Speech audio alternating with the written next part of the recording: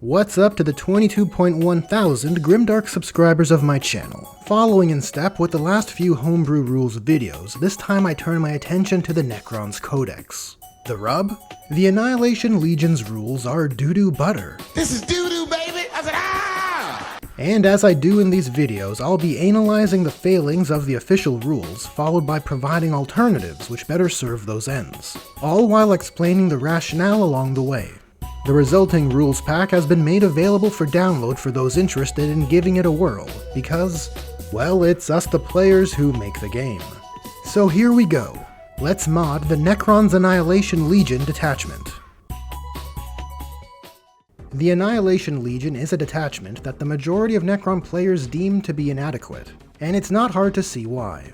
The Annihilation Protocol rule only applies to a minor section of the range, destroyers and flayed ones, and only provides them with a superior fight phase delivery mechanism, and to harness its full effects requires a further condition to be satisfied. It's an adequate benefit, but to a niche selection of units, which the shooty big scarab booty Necron destroyers can't take advantage of. And so, the Destroyer Detachment Rule doesn't provide a benefit for the classic destroyer. You can't keep getting away with it! And this melee focus is something that extends to the Annihilation Legion's back-end tools as well. Of its 4 enhancements, 3 are exclusive to the fight phase, or engagement range interactions, with only ingrained superiority being able to affect shooting attacks. And of its 6 stratagems, they are all locked to only Destroyer or Flayed Ones units, with again only 1 able to benefit shooty destroyers. And the base perk of that stratagem puts shooty destroyers at parity with the detachment rule of Awakened Dynasty, and for the tastier +1 to wound, you need to meet a variable condition. Because of this lay of the land, a fair argument can be made that a destroyer-focused army would be better served by the Awakened Dynasty's more comprehensive suite of tools, that can affect all units, not just melee-centric destroyers and flayed ones. And you could argue the movement utility of Hypercrypt, along with the reroll all hit rolls mechanic it offers, serves the shooty destroyers better. But this brings me to my personal tiff with the Annihilation Legion Detachment, which is that it does Mefrit dirty. Look, the 10th edition codex does an awesome job of serving the Nephric dynasty. I love gold!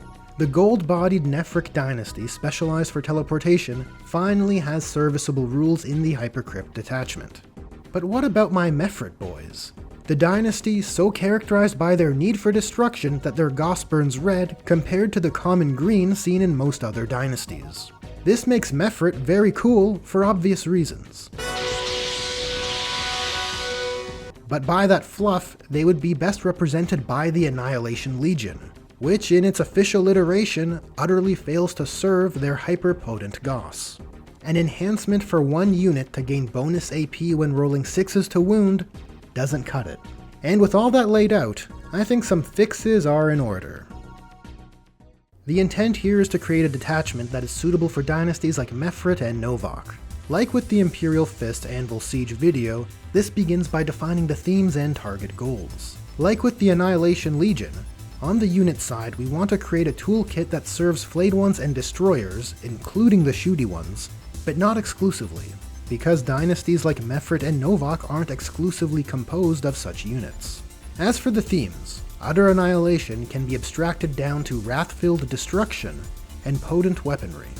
This detachment should be the most savagely ferocious toolkit available to the Necrons, more aligning to Goth Orcs or Behemoth Tyranids than the relative hoity-toity Necron nobility of the other detachments. The ability it confers should be straightforward and simple, and while bonuses to charge do satisfy that, they fail to serve ranged units at all.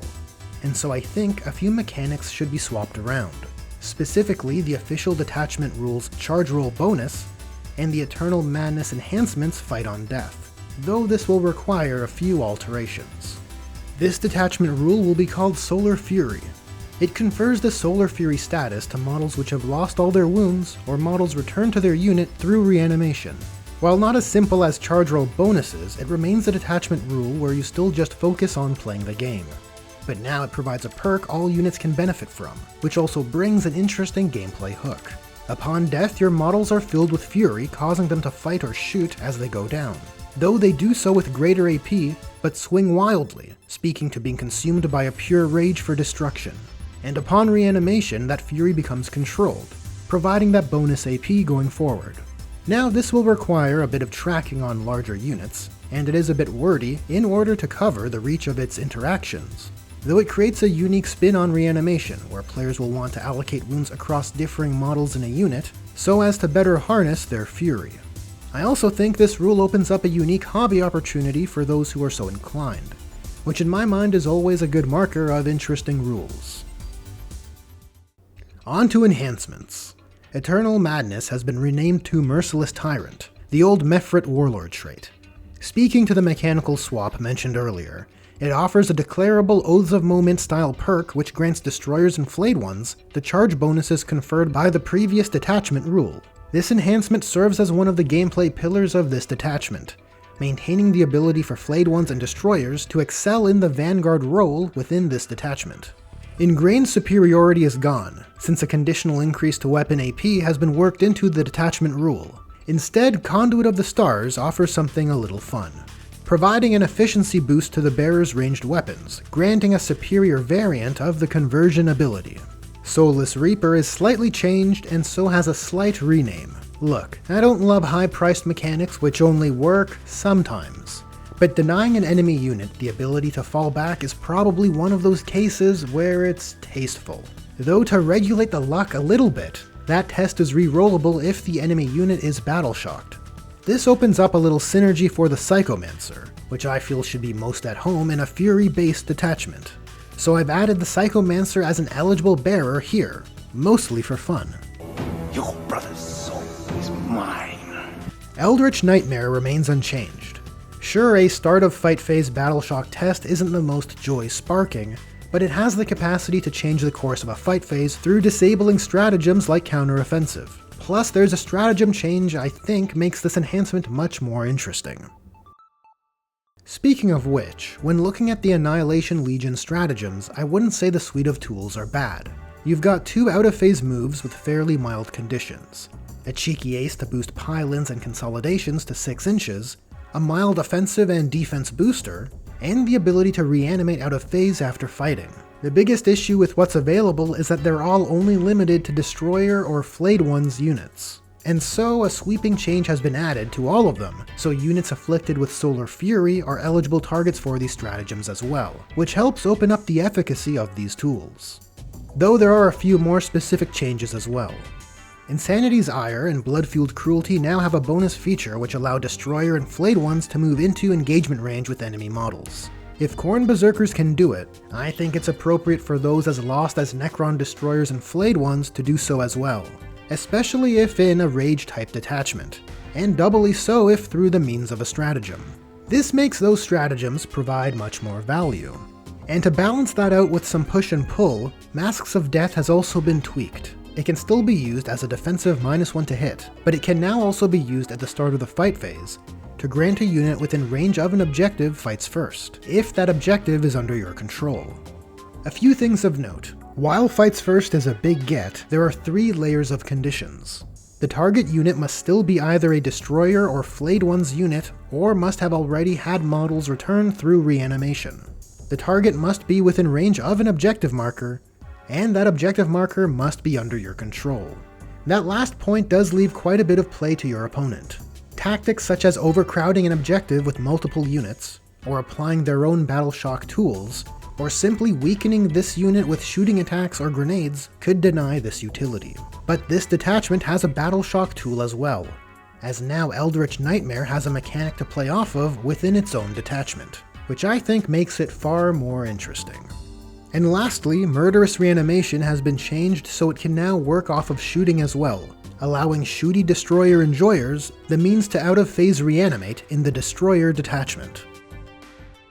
And that's it, my take on a rage-fueled Necron's Destroyer detachment. Yes, Solar Fury as a detachment rule, providing a consistent shooting or fighting on death is potent, but it's tempered by the reduction in skill, and it can be countered by engaging targets appropriately. Fight the ones that want to shoot, or shoot the ones which want to fight.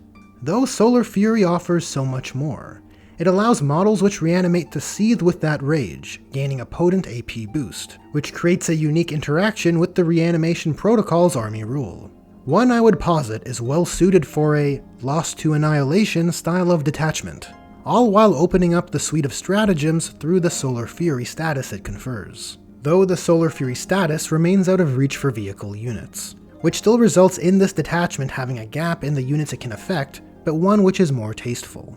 With regards to enhancement costs, perhaps there needs to be some refining, and with that in mind, if any Necron players would like to give this homebrew detachment a whirl, you can find a link to this What the Fack PDF in the description of this video. Feedback is always welcome, as the goal with these sorts of things is to make them as tasteful as possible. Well, that's a wrap on this one. If you enjoyed this video, there are buttons for liking, sharing, and subscribing. Thanks for watching, and a special thanks to Julius Maximus, as well as my other generous patrons and channel members.